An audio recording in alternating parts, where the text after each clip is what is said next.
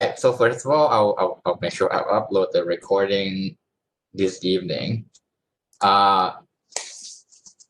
So for now, we've been talking about how to design a processor and the stress on a processor, right? One processor. The hierarchy that support one processor. DRAM that support one processor. But if you notice that whenever you buy a CPU, right, regardless of any CPU, even with the like a small embedded processor these days, they come with multiple core. Even my phone, right, over here has multi-core, which means that there might and might not be issues coming with multiprocessors, and we'll discuss them today. And Wednesday and next week. Basically, we'll now moving on to the age of multiprocessor, cluster computing, anything that related to modern day looks into processing design and how to run things in parallel, right? So one thing that you might have realized in all the class I'm talking about, whenever I mention performance, I always mention parallelism, I always mention the efficiency in the hardware, and I mention things like the ability to able to execute multiple things together. And this is one of the reason why. So if you look at multiprocessor, right, it's basically you can make one process faster. The reason behind that is pretty simple, right? Let's say you have multiple applications and they share this single giant processor, Pentium 4. How many of you still remember the old days where we looked at like Pentium 2, Pentium 3, and Pentium 4, and suddenly they were gone? Remember those days? How long is that? I think it's about 15 years ago. And one thing that you might have realized that is suddenly is gone and replaced by dual core processor, quad core processor, and then this core technology. You can actually have multiple processors running on one single processor. That's fine, right? Actually, the main pushback on why we don't have Pentium 5 and 6 and just scale, like make the clock faster and faster and faster, is essentially the power wall. You require much more power to have a really fast one single CPU, like one single core CPU. Sorry about my grammar. One single core CPU. Having multiple CPUs allows you to run applications on different processors, or even if you have parallel program, if you take OPL, or if you are right now taking functional and parallel programming classes, you've been playing with Rust, you've been playing with Scalar, Future, and Promises, you've been playing with the concept of being able to run things in parallel within the same program, right? These things can map to different processors that you have on your CPU, and they will be fast because they run together. If you have single processor, at some point you're gonna require a nuclear power plant sitting next to your desktop. It's actually that bad.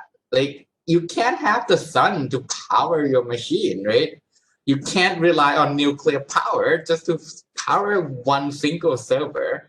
So this is not a scalable solution. So a bunch of hardware companies, they come up with the idea, okay, instead of stamping out this big giant single core processor, which they can kind of do, but it's much more efficient to run it on multiple processors by just stamp out the copy, the exact same copy of the first processor into the die area, the silicon area that you have, right? The core will share some resources in the hierarchy. One of the common examples are things like you can have 4-core processor with a private L1 cache. Each core has its own L1 cache, but a share much bigger L2 cache and a much bigger shared memory, which can be DRAM, it can be non-volatile memory that are much, much bigger, right? The issue here then, now that you have multiple cores, how to utilize them, right? And the simplest idea is now each core can run separate program. By the way, if you have any questions, feel free to ping me, not on the chat. One of the comments, which is awesome, and I'm sorry I haven't done this before, is if it's a private question, I will repeat the question so that whenever I'm playing, whenever you guys play the video, you know what the question is. Because basically, in the video, no one sees the chat, right? So I'll make sure I repeat every single question get asked on the chat. If you have a question, feel free to put it there. The first idea when you have multiprocessor is to issue multiple programs on each core. Each process will run, say, Chrome. The other one will be running the Linux kernel's code that basically they make sure to maintain your machine so that the machine won't crash. The other process might be coordinating between the CPU and the GPU to render the YouTube video that you're playing right now. Another idea is each core can run different threads, right? Of the same program, they are different. The first idea, we call this multi-program. As the name suggests, multi-program means I'm running multiple separate programs. No sharing across each program. You don't have data sharing. So if you're in the functional and parallel programming class, whenever I mention sharing over here, I mean shared memory. Multi-program can still share data through message passing, our second model from the parallel programming class. For those who took OPL last time, I did not have that particular fraction of the lecture, but let me do a quick recap. When you look at when you look at parallel programming, right, I assume that many of you here either have taken OPL before or are taking this iteration of OPL for this semester. If you look at parallel programming, there are three major paradigms. The first one, we call it shared memory. This is similar to having p-threads, right? When you're taking the OS class, remember our old friend p-threads that you can have shared variable. So those are our first paradigm. They actually have shared variable. The threads can access this shared data. The second paradigm is called message passing. This is more common in things like, for example, IoT devices, where you send messages to another program like, hey, I have this data. Can you run this program using this data? The other process will run that program, send back the data. This is called message passing. The third paradigm is called data parallel paradigm, which is more similar to what the GPU is doing, right? Single instruction operate on tons and tons and tons of data. That's why we name it data parallel.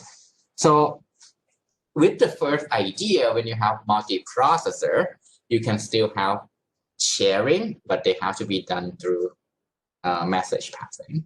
The second idea, where you have multiple threads running, they can share data.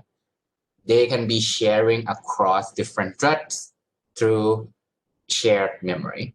The program inside the thread can read and write to the same data. Any questions so far?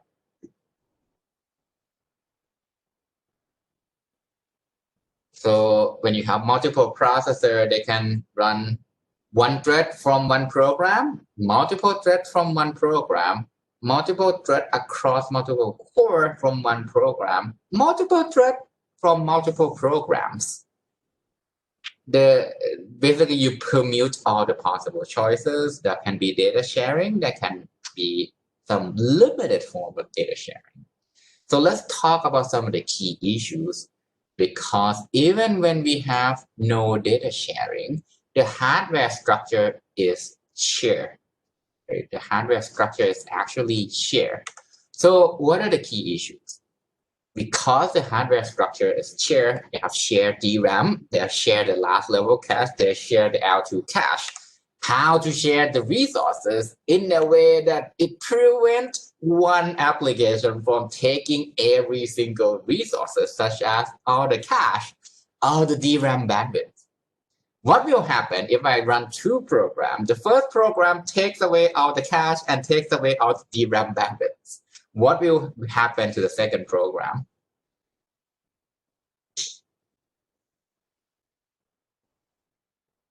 It is going to be really slow, yes. The issue here, there's a word for that. It's called starvation. It's the same as human. If we haven't got food for a long time, we're gonna starve ourselves, right?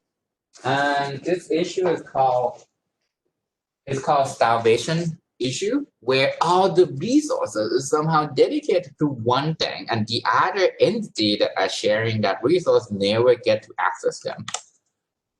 How to ensure data coherency, we'll talk about this problem on Wednesday, and how to ensure consistency, we'll talk about this problem next Monday. What is coherency? Coherency is when you have a private L1 cache, you need to make sure those data, if you need to read from them, it has to be the most updated version of that data. It will be a little bit confusing at first. That's why I want a separate lecture for data coherency. Then on next Monday, we will talk about consistency. It means that eventually every single entity had to see the exact same sequence of what's going on, right? So how many of you have Facebook, Instagram, WhatsApp?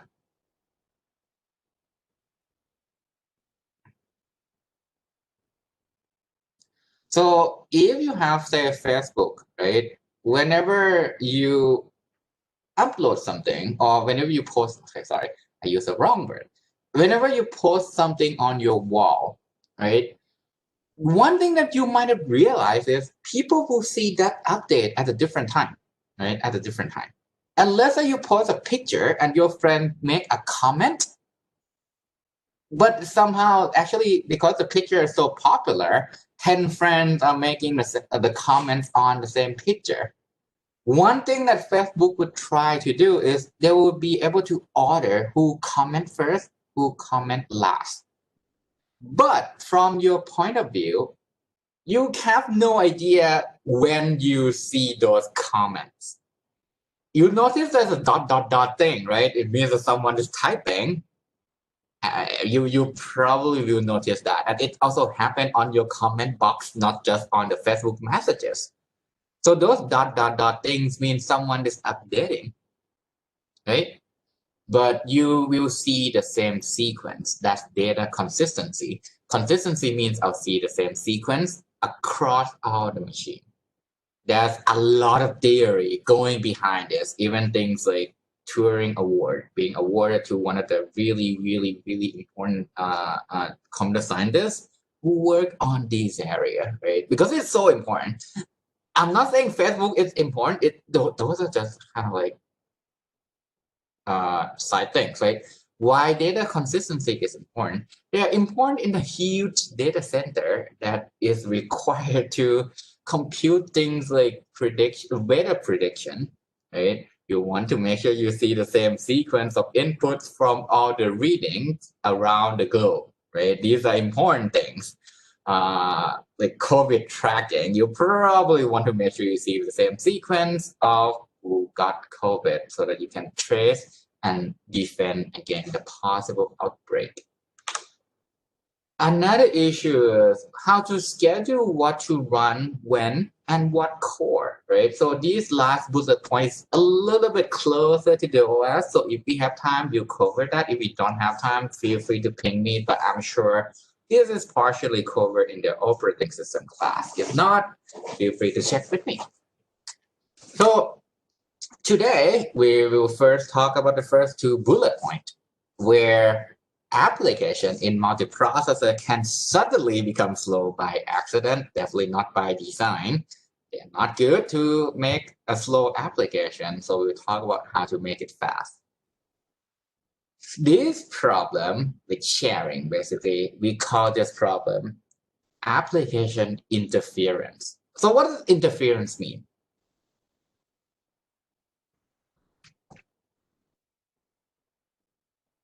So I guess if you have following the US election, one thing that the current president are claiming, quote unquote, right, because we kind of like, no, that's not true, is that there are election interference.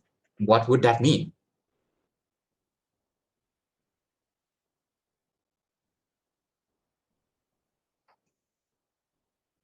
What does interference mean in a day-to-day life? It means to interfere, right? To do something that affects someone else, to affect something else. So application interference means that, let's say I run, say, 2 applications, 4 applications, it interfered the other application. So how many of you, say, play Dota 2 while you're browsing the internet, watching YouTube? You have YouTube on one screen, the other screen you're trying to kill the other team on Dota 2. Or any like first-person shooting game. Any game, basically. How many of you done that before? Yes, no? Okay, so if you've done that before, one thing you might have realized is that whatever you're watching on YouTube, is it slower? So the first question I want to ask is, do you feel like YouTube is getting a little bit like lagging?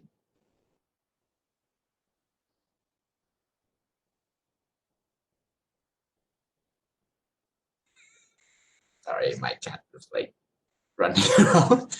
Okay, so you have a powerful machine, so it's not really lacking. But one thing that can happen is YouTube might not be able to render the same, basically the same frame per second they're supposed to do. And this does happen to my computer whenever I have a big fight in Dota. It spends all the resources trying to render all the effects that all the skills on that screen has to render. It just happened that YouTube was stopping. I'm like, okay, I can't watch. Basically, I'm not watching YouTube anyway, right? Because I was in a big fight in Dota. But if you kind of glance over that, you see that it's going to be a little bit slower. So this is interference. One application make the other application slower. So what you can do in hardware, you can manage the resource for multiple applications that are running. So one of the beauty of having this control in hardware is we know exactly what are running. Well, it's not that we know exactly what application we are running right now, but we have control over things that are running at any given point in time. You as a programmer, you have no control over that, the hardware, inside the hardware. When it's actually running, you do. Think about it this way. If basically it's true, every single application, if they are decent in complexity, they are going to use the main memory, right? By default, they have to issue the cache accesses, they have to issue memory accesses. But some applications are more demanding than others. One application can use all the cache space at a quick burst of time, evicting everyone else's data. What are these type of application? I've seen, so if you run games on a laptop with integrated GPU, not with a dedicated GPU, like a cheaper laptop with an integrated GPU, one thing that can happen is the GPU accesses evict every single thing in the last level cache. It interferes heavily inside DRAM. So we'll talk about this particular problem and how to actually make it a little bit, hopefully, better. So the problems here are load and store cannot take even longer. So you look at 12 to 15 nanoseconds for one data request. Now you are looking at hundreds of nanoseconds. And it's unpredictable, right? Because you don't know when your friend's application in the other processor will stop using DRAM. So your load and store gets more unpredictable. Managing application interference can be done in multiple layers. You can do that in the cache, you can do that in DRAM. So if you want to handle cache interference, right, different application would benefit from the cache differently, right? Remember our set associative cache, the ways that we talk about one-way, two-way, four-way cache? You can actually slice them in the cache, right? So that application A would take these many ways, application B would take the other different ways. So this particular slide will not be on your exam. Actually, most of these material we cover today are for you to like realize that, okay, these are the things that are going to happen. If they are going to be on the exam, they'll be on the, like a theoretical part of the exam, just explain what are these, what are that. I want you to know that these things exist.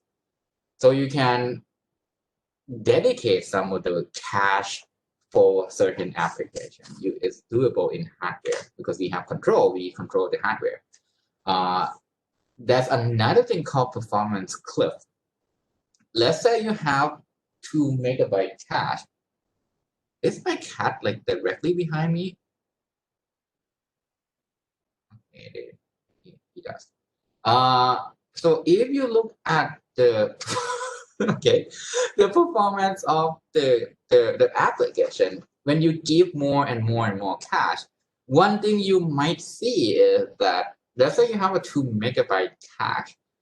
If you give them, say, 512 kilobytes, you get 2x speed up. And then you don't get much of the speed up at all until you give them 1.5 megabytes. Then you get a little bit bump in performance. Anyone want to take a guess on why is it the case?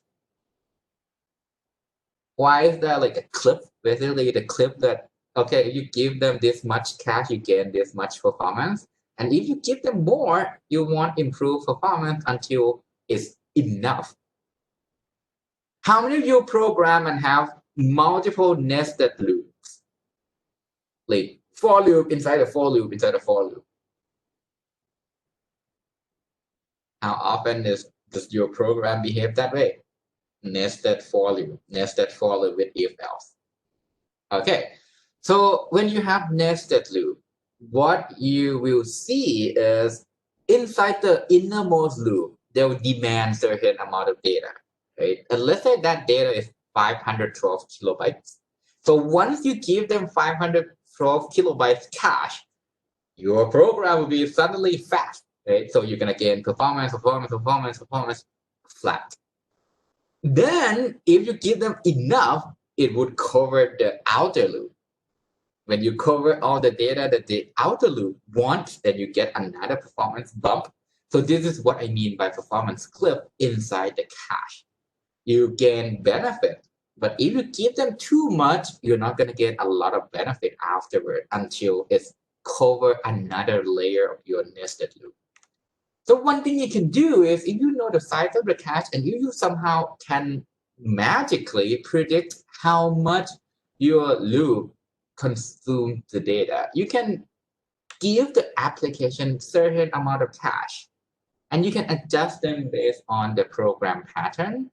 And these can be kind of moved around as the program progresses. Right? So one thing that we do in hardware, we try to detect how much the program wants the cache, and they'll give them based on this profiling information.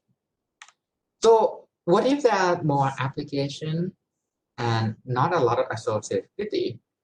You can share some ways. Some way can be shared, some way can be private, assigned to certain applications. Right? So the benefit here is you totally isolate the cache from both applications. You reduce interference. The other idea is you can now change the cache replacement policy, right?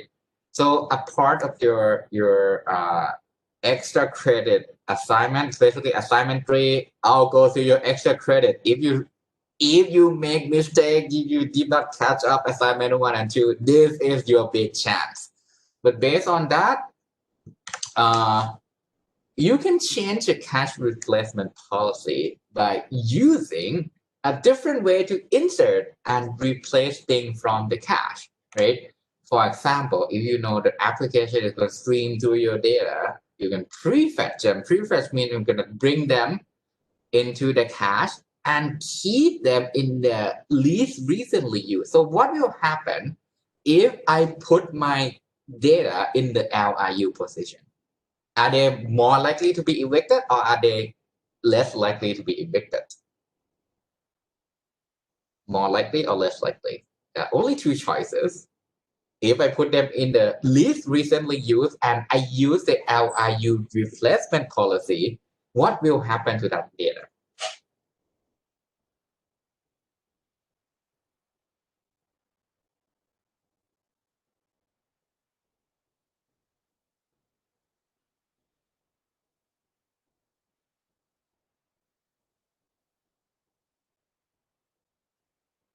Should I repeat the question?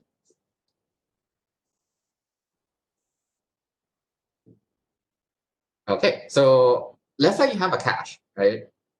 And I'm gonna say I will have this special policy. If I can detect that I'm going to read A0, A1, A2, A3, A4, right? A5, A6, basically this is totally streaming through A0 to A100, 1000 or whatsoever. What I'm gonna do is I'm gonna prefetch. If I have A0, A1, A2, I start to see that pattern. I will prefetch bringing in A8 to A16. Like that's one cache block. I would bring A8 to A15 into the cache ahead of time so that when you reach the point you need A8, it's already in the cache. But I keep this block in the least recently used position. What will happen to that cache block? Are they more likely to be kicked out or are they less likely to be kicked out? If they're in the least recently used, even though you just bring it in, they are going to be more likely to be kicked out, right? So this is good because you know that you're going to read A0, A1, A2, A3, A4, A5, right? So once you are reading A8, 9, 10, 11, blah, blah, blah, it's already in a cache. But when you're done reading, they will be kicked out.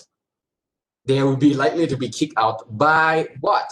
The next prefetch request, right? So you're not going to waste a lot of active cache to service these really easy to predict patterns.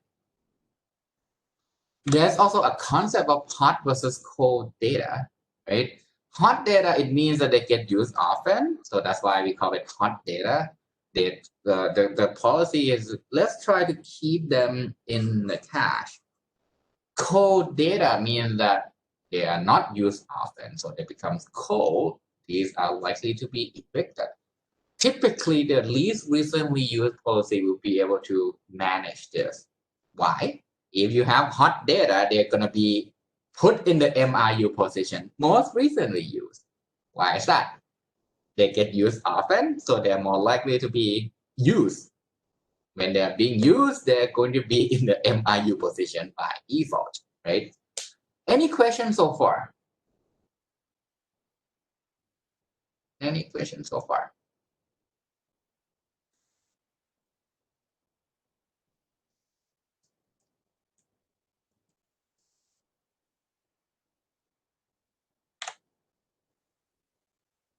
So the other possible thing we can do is called victim cache. This is a little bit too advanced, but I bring this concept in because so victim cache is not used just in the hardware. This is like a general concept that used everywhere. And it's a technique that actually pretty useful everywhere, not just in the hardware.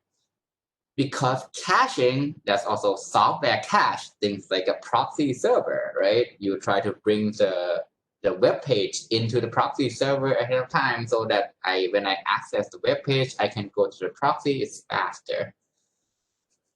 So the concept of victim cache, which applies to both software and hardware, are things like this. You have this intermediate kind of like pseudo cache that store that cache block that has a lot of reuse, but somehow also get evicted often, right?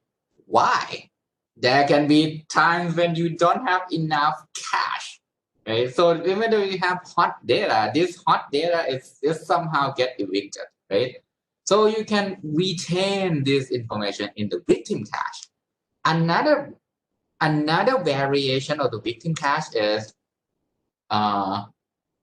instead of just having this pseudo information, things like the tag and the actual address, saying, hey, this address is likely to be used again, you actually put a fully functional tiny cache layer. So you have both the tag information and the data, right? So this concept of victim cache can be used in all area in computer science, in database, inside the big data application. Whenever you have to deal with so much data that you won't be able to cache them, then victim cache generally is useful. Any questions about the victim cache?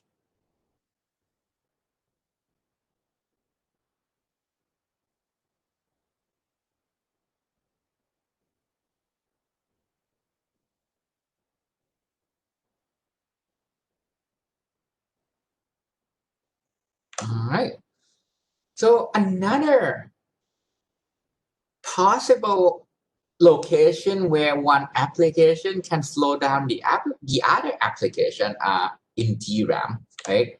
So application basically can occupy more or less of the DRAM capacity, DRAM bandwidth, DRAM's priority, right? How many of you use container and to be honest, I asked this question before, but many of you use container before. Many of you try to run things on Amazon AWS before, right? One thing that you did not realize is whenever you launch these like functions, you might not realize that in the backend inside Amazon server, they are trying to manage all this stuff, all these tasks that every single user are running. It means that when you're running that application, you never have any idea how many other applications you're sharing with, right? You might be sharing the same server with 100 other applications, and you don't know that. Inside both the OS system and the hardware, we kind of have to manage this interference in DRAM to make sure you, as a user, never realize that impact, right? So the first idea you can do is called DRAM partitioning. So similar to cache partitioning, you can partition DRAM across different banks, across different channels, across different addresses, right? Virtually, you can partition the bandwidth through DRAM scheduling as well. The non-shared channels or banks, it provide the isolation from other applications because they are private to that application. And you can also share a fraction of the DRAM capacity across different applications. So how many of you see the new NVIDIA GPU, the one I call A100? That's kind of like advertised that, okay, you can now run things in the cloud really well. You can share the GPU across, I think, 7 different users. Have you seen those or not?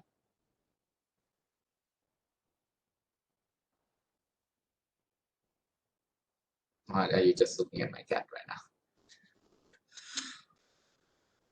So if you have not seen it, yes, and if you have not seen that, one thing that the new NVIDIA GPU can do is you can run multiple multiple applications essentially on the same GPU at the same time.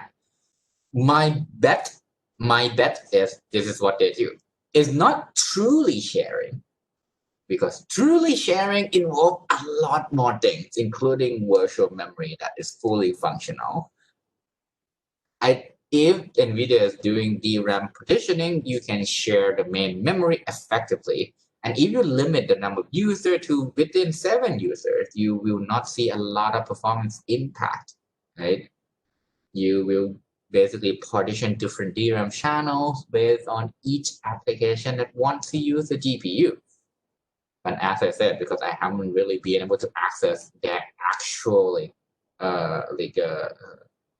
report, this is what I'm guessing they do.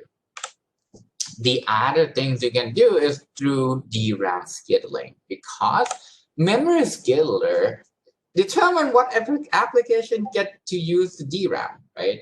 It by the name, it's basically the job that scheduler has to do is schedule DRAM requests. So it will be able to tell who get to go first, get to go last. This can ensure things like fairness across all the running application. How do we do that? Typically, every single request from the processor that's sent to DRAM, you will put in things like application ID. Why do you need application ID? You need to make sure that's your own data. You also can use this information to see which application has been using a lot of DRAM, right? You can maintain the application DRAM characteristics. Some application has really high parallelisms across different memory banks. You send requests to all the banks. These are DRAM friendly applications. Some applications are not as friendly. You go to only one bank for some reasons, and you go to one bank across multiple rows so that they're not as DRAM friendly. So you can prioritize these requests based on what you measure, right? And now I'm gonna kind of switch over to one of my work that I published that directly talk about this, but for the on-chip GPU. So what is an on-chip GPU? It's an integrated GPU. Anyone here never heard about the integrated GPU? Because if that's the case, let me know right now so I can explain what it is. Okay, so integrated GPU is actually on every single processor you buy nowadays, right? So if you, for example, look at the iPhone announcement, how many of you watched the iPhone 12 announcement or iPhone 11 or iPhone, like any iPhone after like iPhone 4? How many of you watched those things before?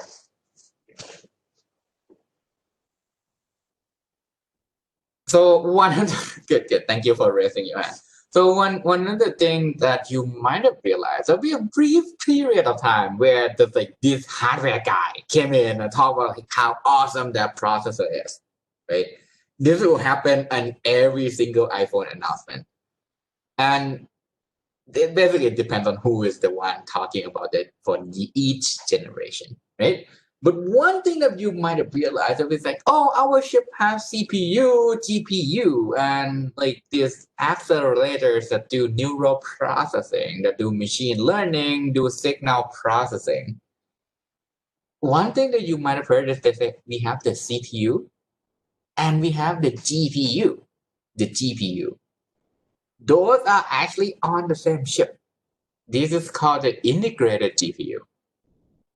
One thing that you might, if you have a desktop, if you have a laptop, they also comes with the integrated GPU.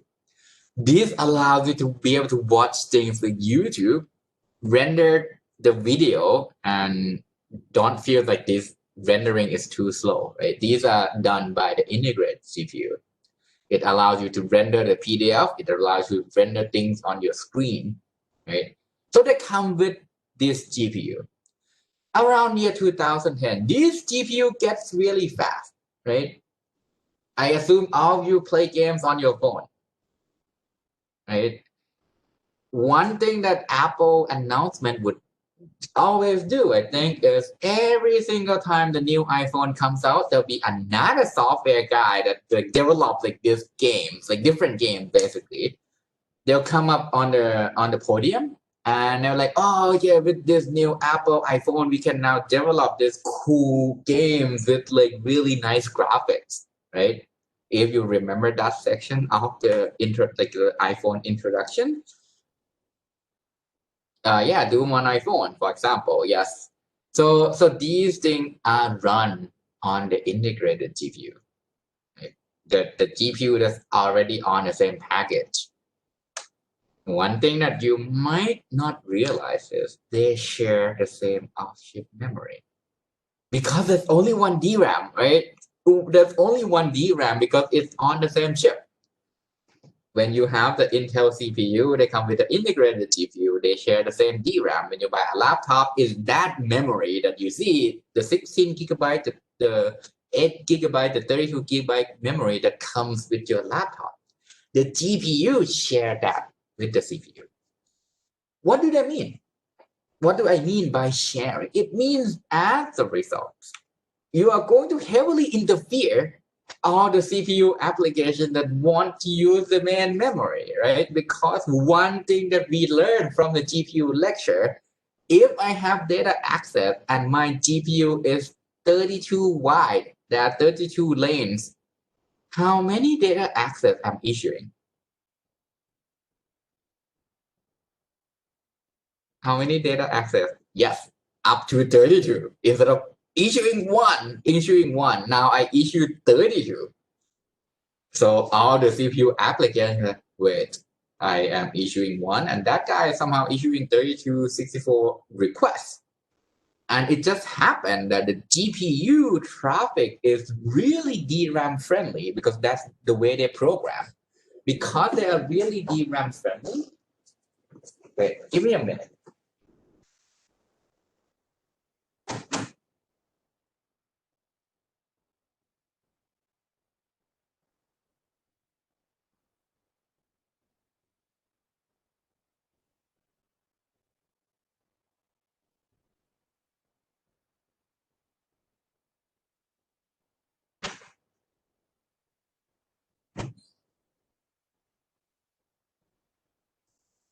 All right, sorry guys. My cat was trying to steal my lunch. So I was putting my lunch inside the cat crate, which is like weird, but sorry.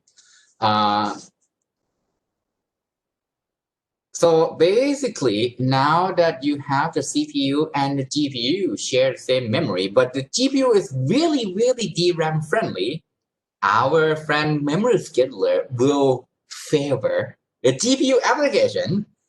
It means that it's going to lower the CPU performance.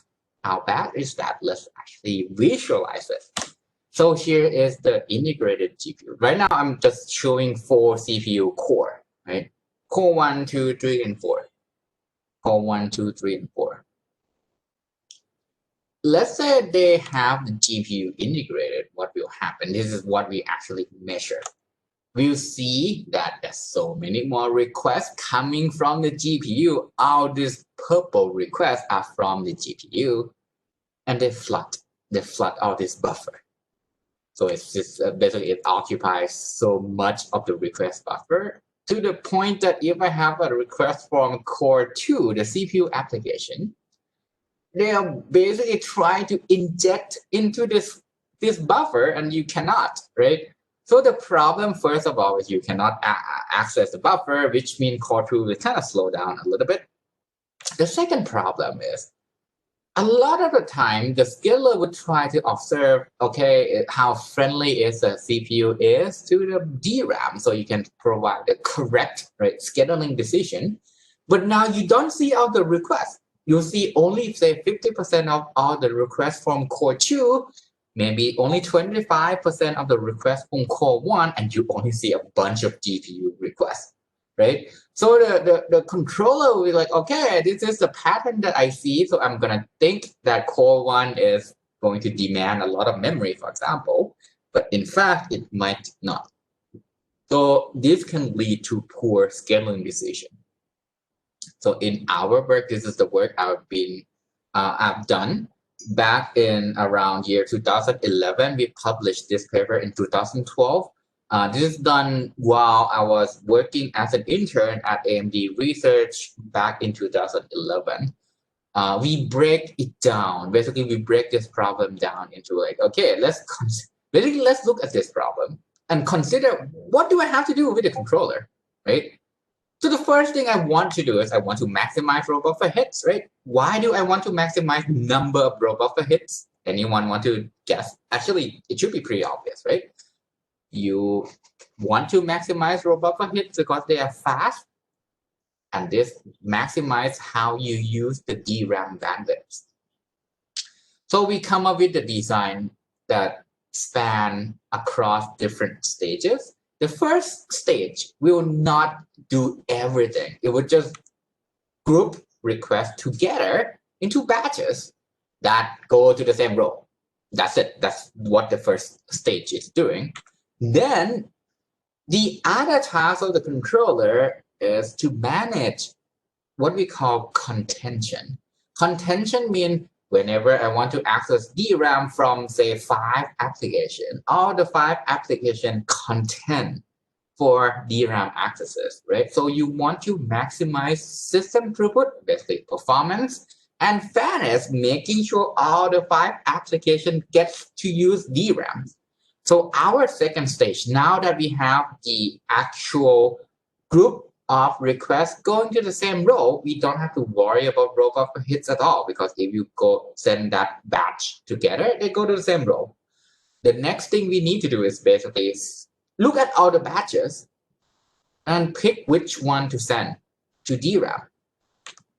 So what we do here is we want to decouple this task 1 and task 2 of the controller across a much simpler stages or hardware structure. Why do we do that?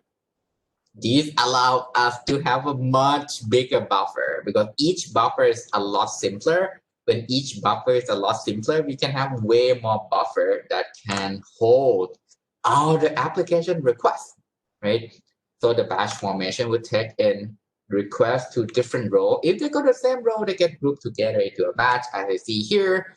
If you have a request to a different row, they are going to create a different batches, as I show here. And this is done on all the core, right? So in here, core 1 would form a batch to row A.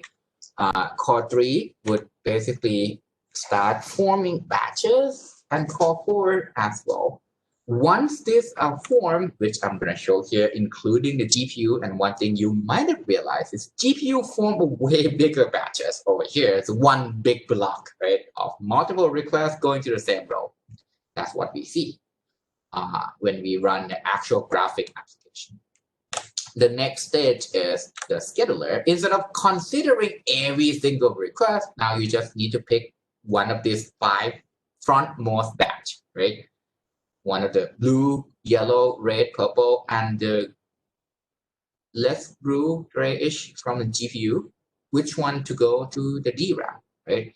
And to do that, we have 2 policies. Shortest of first, which tends to prioritize CPU application, or which is doing this, is pick the smallest batch from the front of the queue, send it to the bank, or the round robin policy, where it would take each batch take turn with this. If you schedule the yellow one, the next batch would be the red one, because it's each take turn going to use the DRAM.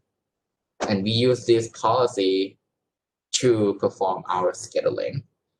We will compare, because we have 2 policies at any given time, we need to pick which one are we going to use. So with probability of P, we use shortest of first, 1 minus P, round robin. This value we allow DOS to set the value, which means that depending on how much you care about the GPU performance, you can tune the P to be really low. If P is really low, you're gonna get a lot of performance, like the GPU will perform well.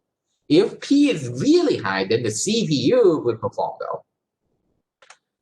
And why do we allow the OS to do this? The OS know what are running on a GPU, right? If you're playing games, P should be low because you care about the performance of your game.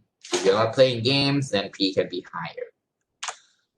On the y-axis in this plot, I show system performance. Basically, this is performance. Higher is better. On the x-axis, I show the performance at different weights, how much I care about GPU performance. The left side means that I'm not playing games. The rightmost side is I'm playing first-person shooting game, where every single frame matters.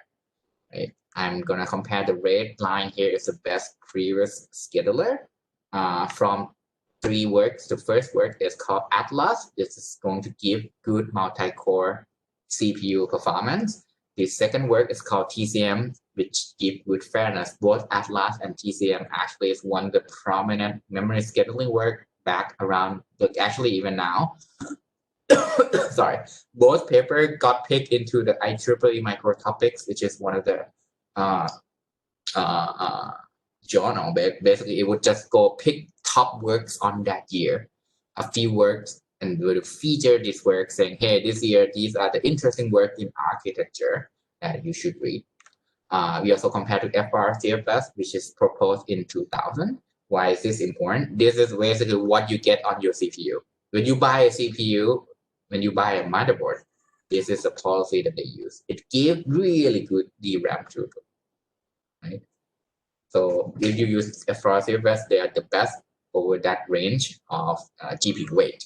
What we do here, after we apply our technique called SMS, we get better at every single weight, right? As you can see here, we outperform the best previous works on all the weight range. And this is the work we've done in collaboration with AMD. I believe this is the first work in the world to look into CPU-GPU memory scheduling, but I don't want to say that word because it's a little bit dangerous to say, hey, this is the first ever work. But I'm sure this is definitely very first field work in the world who look into this. We actually patented this right after the end of my internship. Gabriel Lowe, which is a senior researcher at AMD, is still here, still at AMD right now. Is one of the most senior, he is a really senior people in the architecture world. He basically patented the idea along with me. So if you go look at this particular patent number, you see that it's actually basically the same idea. So yeah, I have a patent when I was doing an internship at AMD, which is kind of good, like an interesting experience, right? So you spend like 3 months over there, you got a paper, and you got a patent. So any question about this work? So this is like how you can manage the integrated GPU that is everywhere, right? Another thing I want to bring up is not just the DRAM access part, but you also need to consider the page management. What data goes into DRAM and what data goes outside of DRAM to the hard drive, right? Because the OS can determine what data gets stored into DRAM. It controls the application inside the memory, and because page fault, what is page fault? Page fault is when you want to access your data and your data is not in DRAM. You need to go access to this. That takes a lot of time. This is done through demand paging. Can we do better when memory is limited? So a quick recap, right, between CPU and GPU's data. Right now, let's focus on this because this is an interesting part about handling page fault. When you have a GPU is like a slave to the CPU, where the CPU controls everything, right? So here's how to manage the memory, right? You have DDR4 and DDR6. My bad, it's actually not DDR6. These DRAM are connected to PCIe, which is slow. Again, this is a recap. So when you want to transfer the data over, you need to send and make sure data is in the GPU. To get performance, you want to minimize data transfer, and here's a typical operation. You first allocate GPU memory. Then, when data is ready, you transfer the data over, right? And then you copy the data back when the GPU finished processing the data.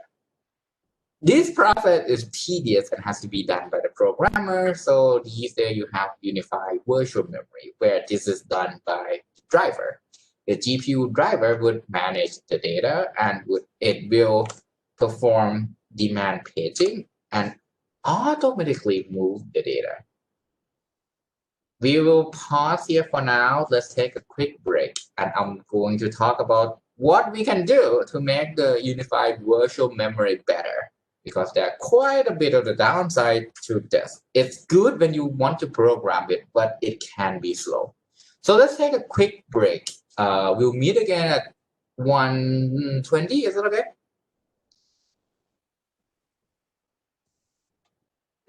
assuming that you guys are still here with me because I've been monologuing this lecture. So sorry I haven't really asked a lot of questions now. Any questions actually?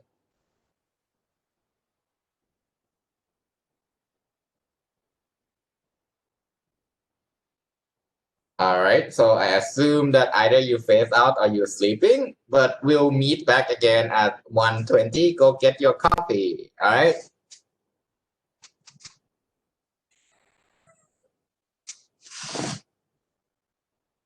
Okay, and I'm gonna do something with my cat to make sure she is okay. I think she's hungry. So I feed her, and I'll be back at 1:20.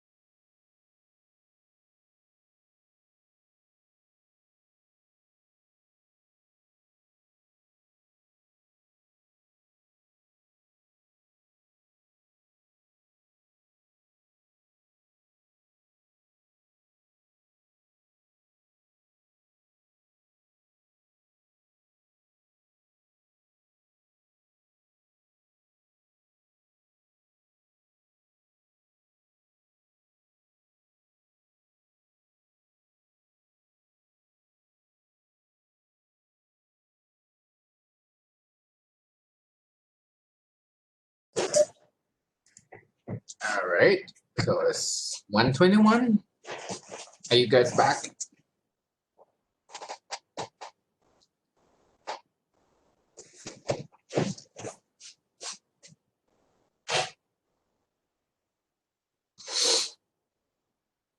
Okay, so let's resume our discussion. We left before the break. We were talking about unified virtual memory, and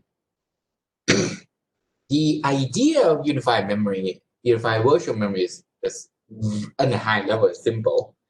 Everything will be done automatically. The downside of this is obviously this is more programmable. It's easier to program on paper. This is good, right? The main problems is you need to basically figure out when to transfer the data. If this has to be done automatically, something has to do this in the background. And it doesn't even work when you have multiple applications that want to share the GPU, which can lead to either things crashing or lower performance, right? So making this work well is still active area of research. Some people believe that this is not a good, basically this is not a viable solution. We need to kind of rethink and come up with a totally different solution on how to improve programmability, how to improve the fact that GPU is not easy to program. One of the things that me and my colleagues have done, this is a work we presented last year, is look at, well, basically we re-looked at unified memory, right, and demand paging. The main problem, like one of the main problems, not the only main problem, but one of the main problems is when you have this unified memory and demand paging, right? You can have the case where you have oversubscription. What does it mean? Let's say you run 3 applications on the GPU. You have 12 gigabyte memory on the GPU. The first application wants 5, the other wants 5. Basically, every single application wants 5 gigabyte. What will happen? The total right now is 15 gigabytes. The GPU only have 12. This means that the memory is oversubscribed, which if you run this on a real GPU, it will crash the entire system because GPU doesn't have enough memory. So you can go around this problem by hand tuning. So how many of you love hand tuning, or basically dealing with assembly code, dealing with hacking to make sure things fit? In reality, this is not easy, right? You can overlap things like prefetch requests with eviction requests. You can do a technique to duplicate read-only data on both memory. But the downside is you have to manually manage this. And you still cannot see into your co-running applications working set, which means that it's a problem. Basically, you can't control the other virtual machines, how much memory they are going to demand, right? It means that there's a high demand for a better UVM, basically a better UVM support.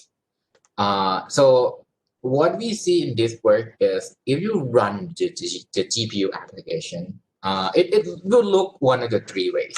The first way is simple. You go stream to the data, right?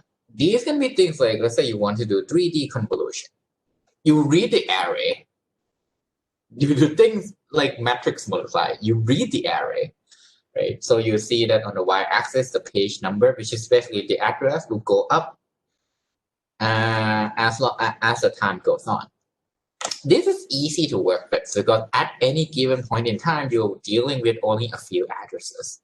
Most of the time, these work waiting for eviction, basically making room on the GPU's memory so that you can fetch the new piece of data in.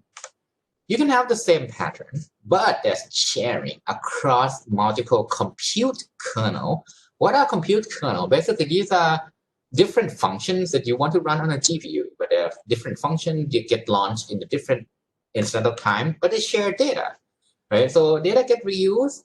It still has small working sets, but you still need to move data back and forth and back and forth. And you can have a totally random application. Things like graph, for example, can be pretty irregular. Like these random access demand a lot of memory. So it trash the other application's data. So we classify them into 3 different classes. Regular application means that it's easy to predict what you do next.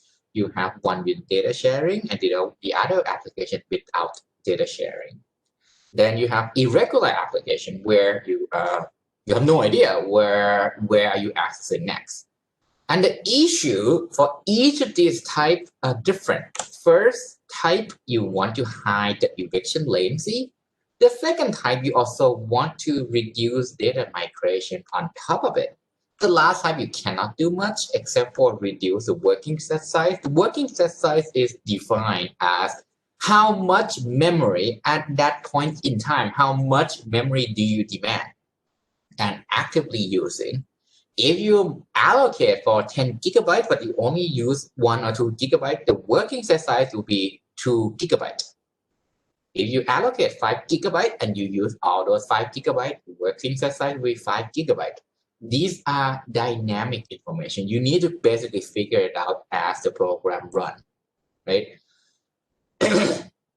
What we found is we need different techniques for different class of applications. So our proposal is first you need to classify the application type, then use one of the 3 techniques to address each of the problem. Proactive eviction means I'm gonna kick things out of GPU DRAM ahead of time to make room to bring in new piece of data earlier. This is a really common technique that the GPU use nowadays. You would kick things out ahead of time to make room for a new piece of data. If you run deep learning, I'm pretty sure some of the framework also apply this technique. The second technique is called throttling. Throttling means that literally I'm gonna run fewer things. This reduces the working set. The last technique is called in-memory compression. In-memory compression really perform compression inside the memory. When you do this, your DRAM's capacity demands coming from the application would shrink. And we can, with the GPU workload, we observe up to 50%. So basically it shrink by half. So these are good. You want to do compression. And it just turns out you can actually do compression since the PCIe also can support that as well. So what we found is no single technique works on all applications. We need to be selective. That's why we need to classify the type of application. And we have 3 techniques, right? And we have 3 types of application to the right. So with the first type, we would just do proactive eviction because that's the only thing you need for the first type. For the second time, you do compression in the memory and also proactive eviction to reduce the size of the working set. And the last type, you need to also do throttling, which will slow things down, but it won't trigger demand paging. So in the end, you still gain performance. And here's the performance gain on the y-axis. What you see here is with ETC, the blue and the green bar, we are actually able to do better across multiple workload setup where the first pair, the 75% means that I only have GPU memory that fit 75% of the working set. If I have, if my working set is 10 gigabytes, my GPU memory is only 7.5 gigabytes. The 50% means that if my working set is 10 gigabytes, you only have 5 gigabytes of GPU DRAM. So as you can see here, comparing to the perfect, where everything fit within the GPU memory, we do pretty well compared to the previous work, which performed just prefetching.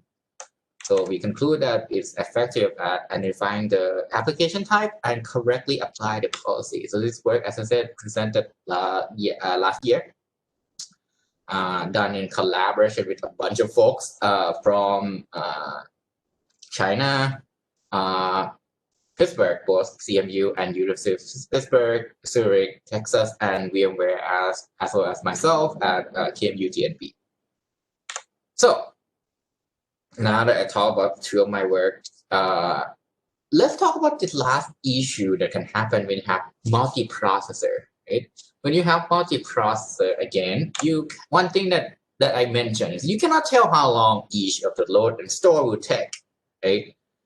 When you have a function call, it will take some time. But when you run that function along with another application, it's going to be a little bit odd to predict how long that would take. So you cannot tell how long a function would take. You cannot tell how long a program would take. Some applications, by the way, have a hard deadline. For example, in a real-time system, people can die from missing the hard deadline. Why? If you have self-driving car, you need to be able to detect a person crossing the street before the car hit that person, right? It means that if you miss that deadline, that person crossing the street might die. In the power grid, right, if you have a smart grid application, if you are not able to react fast enough, you can have power outage. So this means that if you run multiple things and each function call takes some unpredictable amount of time, things can go down really quickly. And another important fact is when you are running a cluster and you want to have people using your machine and pay you money, if you can squeeze in as many clients as possible because you can predict how long each client need to run their benchmark, you can charge people more money, or you can even charge people to have higher priority. Basically, they'll take a larger fraction of time inside the server, take more resources so that that particular user who pays a lot more get all the resources and run faster, right? The performance predictability is a really active area right now. Why? Your system gets more heterogeneous. It consists of multiple CPUs. They can have GPU. You can have a cluster that consists of new and old machine.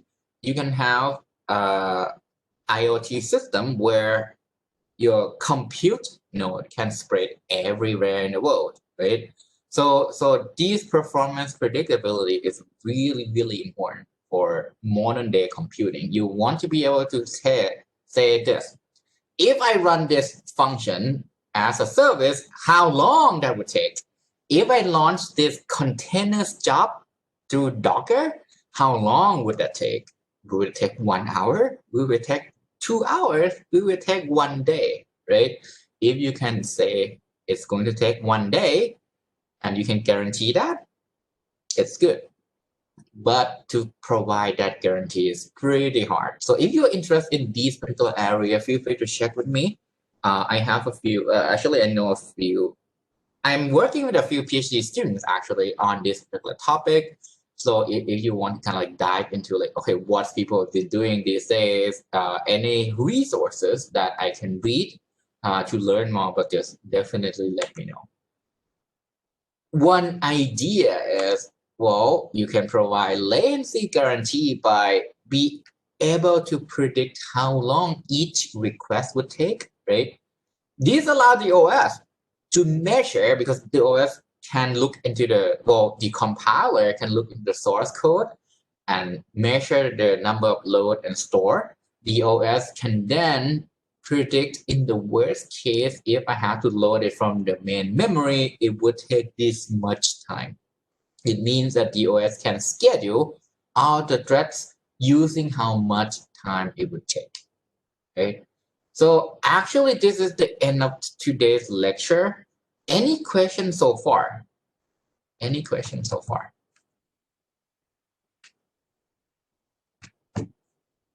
Because it seems everyone is pretty quiet today, especially after the break. I'm not even sure if you're back, to be honest.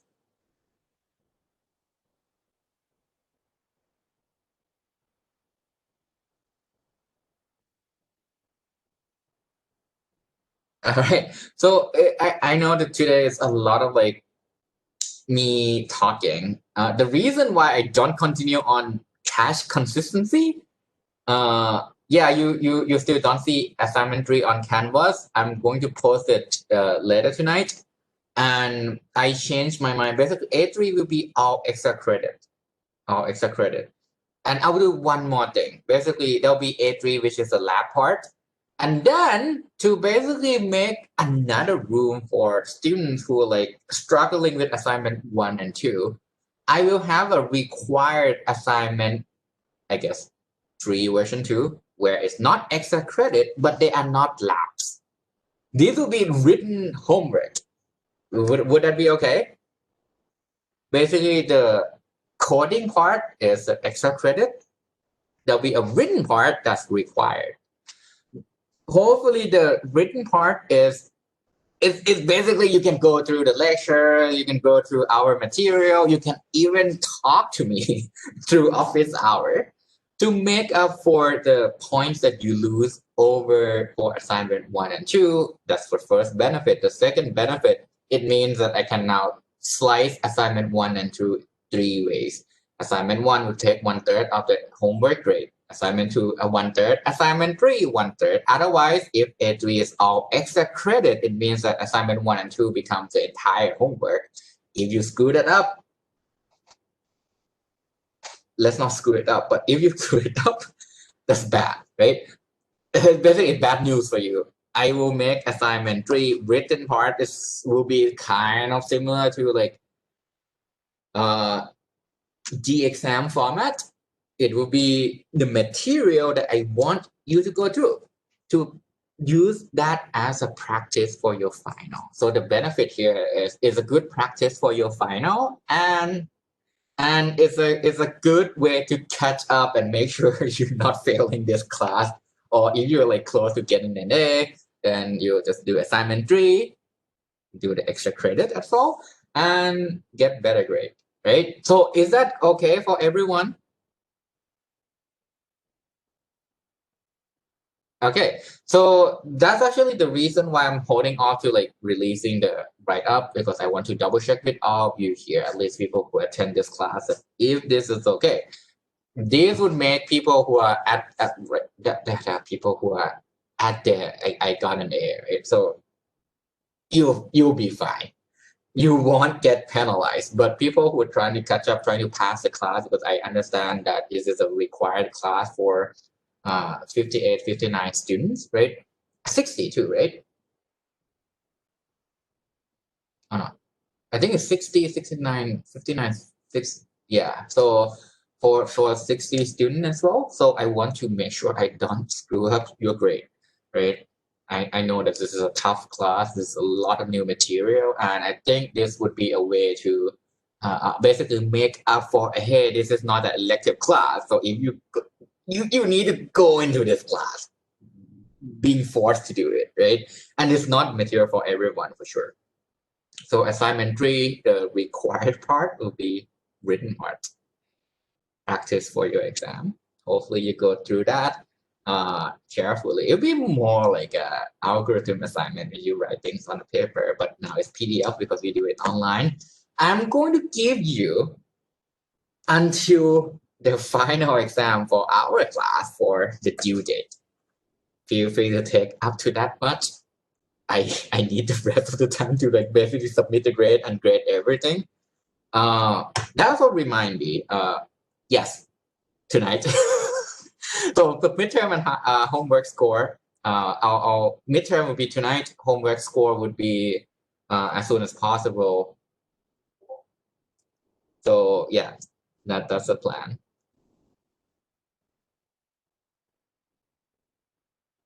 Any other questions? And the way I'm gonna do the homework score is I'm gonna give you back your PDF that you submitted with marking. Basically, I'll put in comments saying, okay, I deduct this much because of these reasons. Once I give it back to you, I'll give you 1 week to comes back to me if you want a regrade. Basically, if I make any mistakes, let me know. And I think this way it allows you to kind of like look at your score and basically make sure I don't make mistakes. I'll try my best to make no mistakes, right? It's my fault if that happens, but if you detect that, let me know. I'm gonna give you the PDF back on Wednesday after class because I want you to focus on your on the class material. The material on Wednesday will be super confusing. This is a warning. That's why I put it on Wednesday instead of later today. So I'll send a PDF after class. You see your score today. Any other questions?